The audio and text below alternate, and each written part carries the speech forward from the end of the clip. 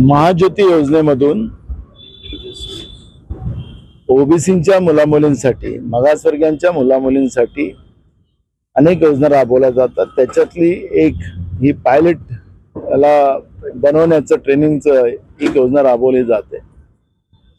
नागपूरला या मुलांचं थेरिकल अभ्यास झाला, पण प्रॅक्टिकलसाठी जेव्हा गेली तर त्या ठिकाणी एअरपोर्टचं काम चालू असल्यामुळे आणि ते अनेक महिन्यापासून चालू असल्यामुळे त्यांचं प्रॅक्टिकल करायला अडचण निर्माण झालेली आहे।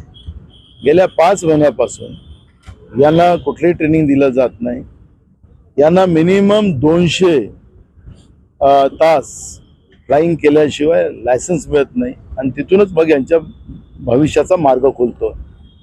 आज अशी परिस्थिती आहे की यांचं भविष्य अंधकारमयाला दिसायला लागलं आणि म्हणून या मुलांनी गेल्या 5 महिन्यापासून आमचं सरकार ऐकत नाही आणि म्हणून हा आंदोलनाचा पवित्रा घेतला आणि या ठिकाणी अन्नविना पाण्याविना हे आंदोलन या ठिकाणी चालू आहे। गेल्या 3 दिवसापासून हे आंदोलन इथं चालू आहे। अनेक मुलींची तब्येत या ठिकाणी खराब झालेली आपण पाहतोय आणि मला माहिती मिळाली म्हणून इथं आलो। आता राज्याचे मंत्री विभागाचे राज्याचे प्रधान सचिव बोललो ते उद्या संध्याकाळपर्यंत याच्यातला मार्ग काढून देऊ असं त्यांनी सांगितलेलं आहे।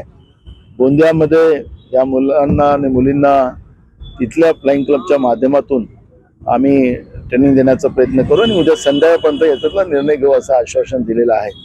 मला वाटतं की या मुलांच्या भविष्याशी खेळण्याचा अधिकार कोणालाच नाही आणि मला असं वाटतं की मी इथं राजकारण करायला आलो नाही। या मुला मुलींना न्याय मिळावा एवढीच अपेक्षा आहे। सरकारने तातडीने दखल घ्यावी एवढीच सरकारला सूचना आहे।